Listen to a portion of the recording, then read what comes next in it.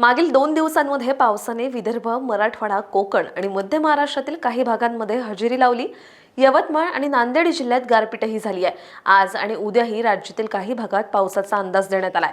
रविवारी आणि सोमवारी नागपूर, भंडारा, गोंदिया, बीड, परभणी, यवतमाळ, नांदेड जिल्ह्यात अवकाळी पाऊस पडला. यात पिकांचंही मोठं नुकसान झालंय. यवतमाळ आणि नांदेड जिल्ह्यात सोमवारी गारपीट झाली आहे. यामुळे गहू, हरभरा, मका, ज्वारी तसंच फळबागांचं नुकसान झालंय.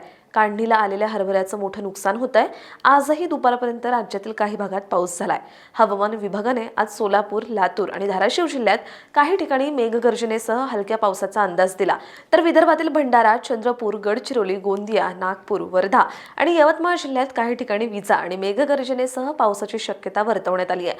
तर उद्या यवतमाळ आणि चंद्रपूर जिल्ह्यात काही ठिकाणी विजा तसंच मेघगर्जनेसह वादळी पावसाचा अंदाज देण्यात आलाय. अशाच हवामान अपडेटसाठी अॅग्रोवनला सबस्क्राईब आणि फॉलो करायला विसरू नका.